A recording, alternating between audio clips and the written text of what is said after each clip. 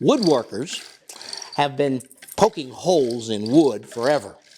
This is how I used to do it when I was a kid, until our arms got really tired and we invented Black & Decker. I wrote a book on poking holes called Using the Drill Press, and I've gathered some of the most useful tips from this book and from 50 years of poking and rolled them all up into this video. So, let's get to it.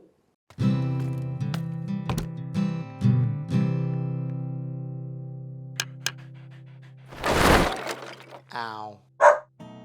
I commonly use 5 different bits or tools to poke holes.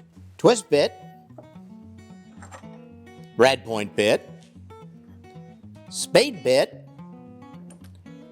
hole saw, and Forstner bit.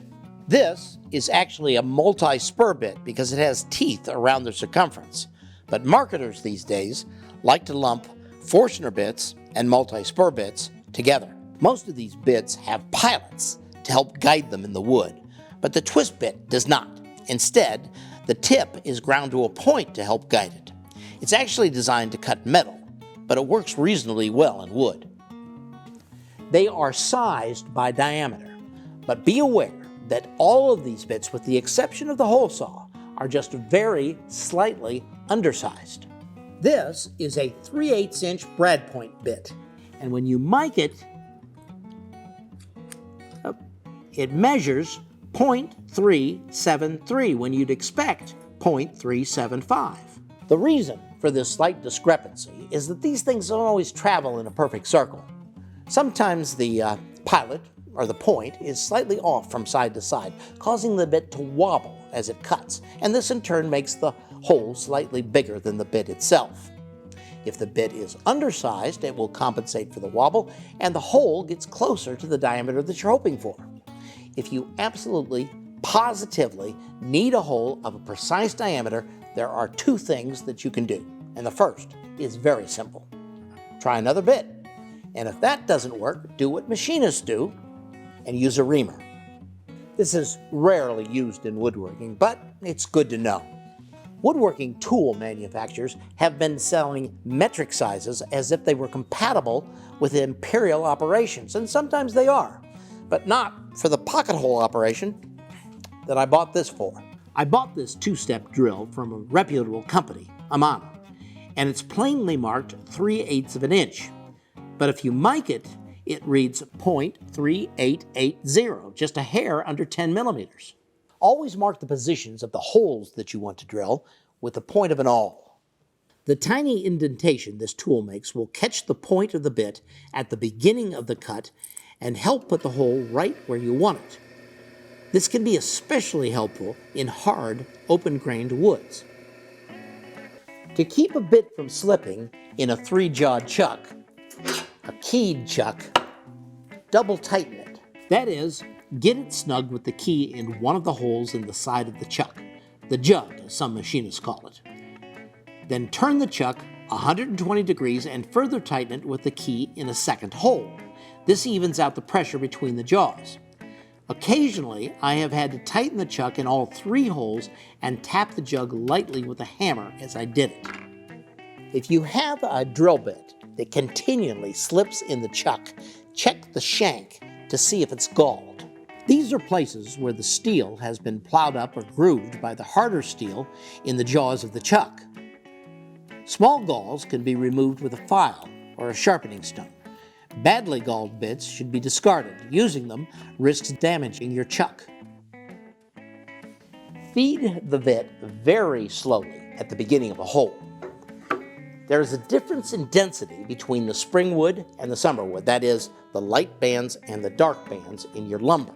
And because the spring wood is so much softer, the bit will want to bend towards it, especially if it doesn't have a pilot. So feed slowly enough to give the flutes, the cutting edges, a chance to cut all across their diameter, creating a divot that will help guide the bit.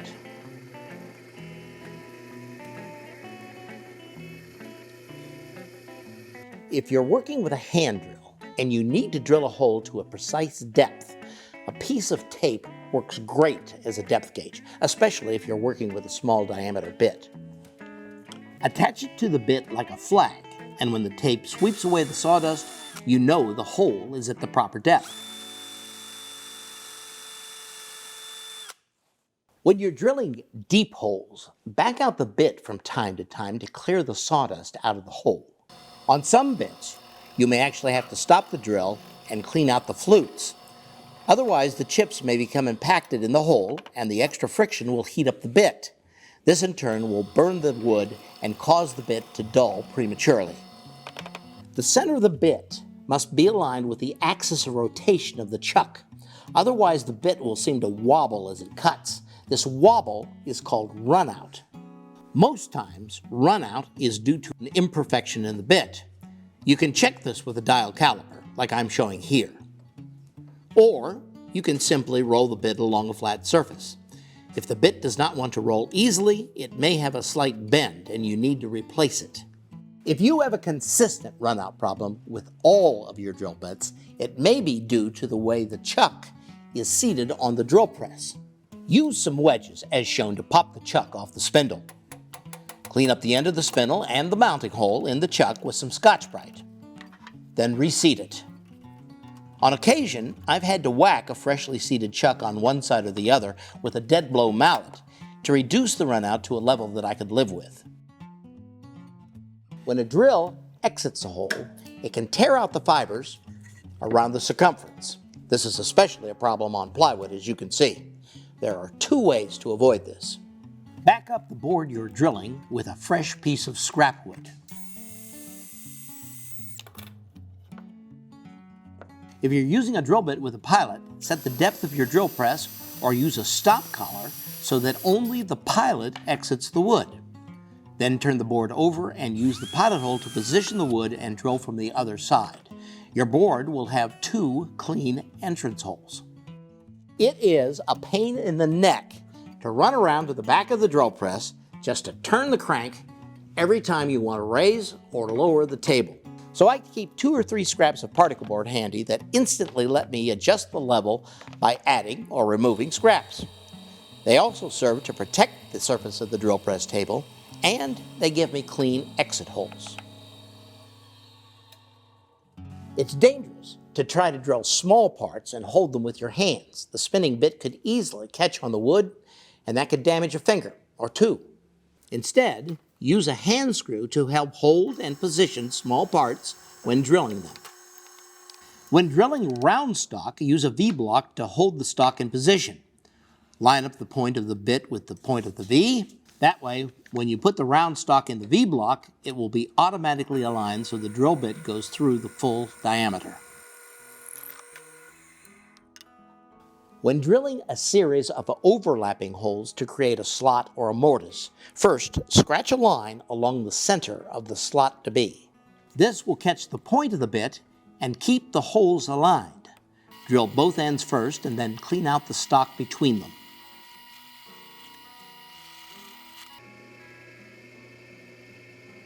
This isn't strictly about drilling, but many of us use hand drills to drive screws. If you do, make sure that you adjust the torque setting.